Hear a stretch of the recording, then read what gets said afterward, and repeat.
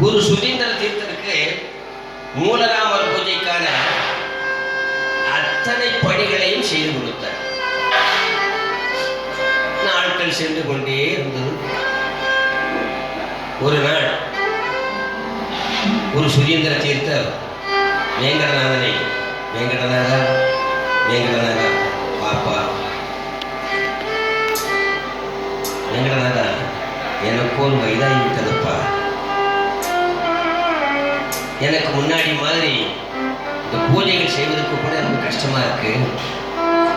அதனால இந்த ஸ்ரீமடத்தினுடைய பொறுப்பை நீ ஏற்க வேண்டுமப்பா என்று சொன்னார். எனக்கு வேங்கடநாதன், சுவாமி சுவாமி என்ன சொல்லிவிட்டீர்கள் சுவாமி, என்ன சொல்லிவிட்டீர்கள்? நான் இல்லறத்தில் இருப்பவன், ஆஷா பாஷங்களுக்கு உட்பட்டவர் சுவாமி.